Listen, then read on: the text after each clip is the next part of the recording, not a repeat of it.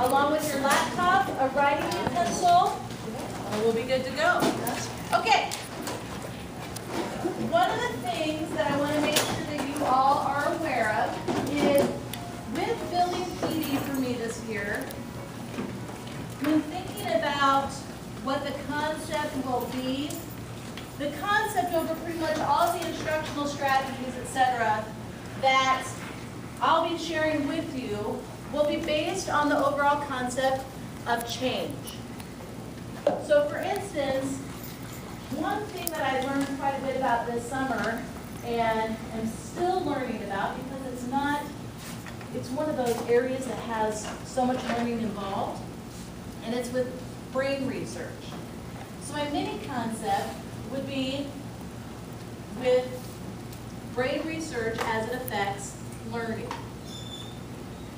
My topic for today, because many of us, with the exception of maybe 3 or 4 of us, may not have a real strong foundation on the workings of the brain, or even just the basics of the brain. So again, the overall concept for most of the year's PD will be revolved around change. Initially, we'll be talking about brain research and the impacts on classroom environments and learning. And today our topic is specifically about the functions of the brain. And it's going to be pretty topical today. So, hold on. One of the things that when we think about the brain, I always remember my mom saying, "What's between your ears?" when she was trying to get me to think about something. And there are so many ways to think about the brain. And so for me, I try and imagine what does that brain look like. And I have a very old school picture of what I think a brain looks like. I thought you were going to say I have a very old brain. Well, That's what it sounded like. I have that too. I feel like it gets older by the second. What do you know, or what have you heard more commonly referred to when anybody talks about the brain? Right brain versus left brain. Perfect. Right brain versus left brain. And the left brain is the very logical, verbal, visual order, mathematical, rational, linear, system analytic side of the brain. So if you're a left-brained person, you are usually given that term because you fit those descriptors. If you are a very artistic person, you're kind of random, you've got a lot of language availability or skill, you're very creative, you are musically talented, you are typically considered right brain. But I take this even one step further because I think of specific characters. Who in modern pop culture would be a perfect representation of someone left brain? Sheldon. Steve Jobs could be. Who? Sheldon. Oh! Oh my goodness. All right, Dr. Sheldon Cooper from The Big Bang Theory. This is one of my, seriously, this helps me sleep at night. That sounds crazy, but I cannot get my mind and brain. So I have DVDs of The Big Bang Theory looping. My favorite show, maybe of all time at this point. Season 6 came out on DVD yesterday. That's how involved I am with this show. The other character, so Sheldon is definitely left brain material. OCD, I mean, we're talking, my children tell me I have a lot of Sheldonisms, which is fine. Then you have Penny, who thus far, we're entering season 6, we still don't know Penny's last name. But Penny is an aspiring actress. She's very, very creative. And she's from Omaha, Nebraska. I think of her when I think of the right side of the brain. So, whenever you're going through this type of material with your students, what are you helping to set up for them? What are you hoping to set up for them or tap into from them? Personal experience, background knowledge, prior knowledge, other ways to connect. So I've done this with storytelling and visual representation.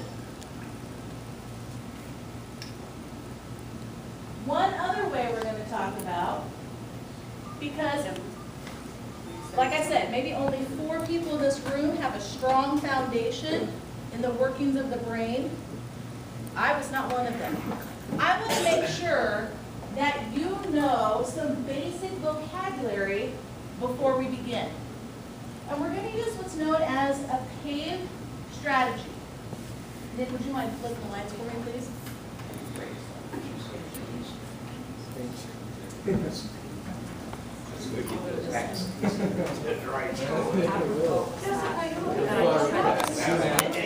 Hey, you got action potential. Thank you.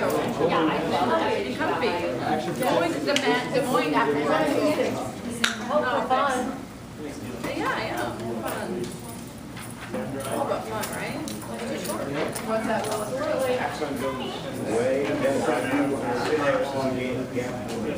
Anybody not received one yet? Thank you, ma'am. Here, Pat. Thank you. How many of you know how many times an individual needs to expose to a word before they acquire proper acquisition of the word and its definition? At least 7 times. At least 7 times. Some students, how many times? 21. Anywhere from a range of 7 to 21 times. So that's why I asked you to think about vocabulary from an upcoming unit to bring today. Because I want you to have access to some different strategies on how to help them acquire these terms that are important to your units of study and overall your concepts. And again, my overall concept is what? Change. And we're using what as a topic to reach that concept? Brain research and the brain itself, the makings of the brain. So before we move on, I want to make sure that you have a basic understanding of some of the vocabulary words that will be necessary to know the brain. And that's using what's known as a paved map for predict, associate, verify, and example. You know, in the world of education, not enough acronyms. So the first thing I want you to do, first thing I want you to do is look at what I've provided for you on the top line. It's a sentence from the text. Is there anyone who's comfortable in reading that sentence aloud to the group? Mr. Eichel. The process begins when neurons receive information through their branches or dendrites. All right. So what I want you to do, how do I know what needs to go in that box that's identified as word? What clue as your teacher have I given you? It's in bold. So take a minute and copy down the word dendrites in that first square.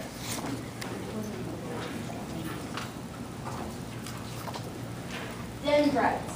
D-E-N-D-R-I-T-E-S. Dendrites. Now, I want you to make a prediction about what that word means. How are you going to make a prediction? Where are you going to base it from? The sentence you've been provided, which comes straight from our text. So take a moment and take a guess. What do you think, or how would you define that word? Even if you know the definition, that's okay. Go ahead and define what you think that word means.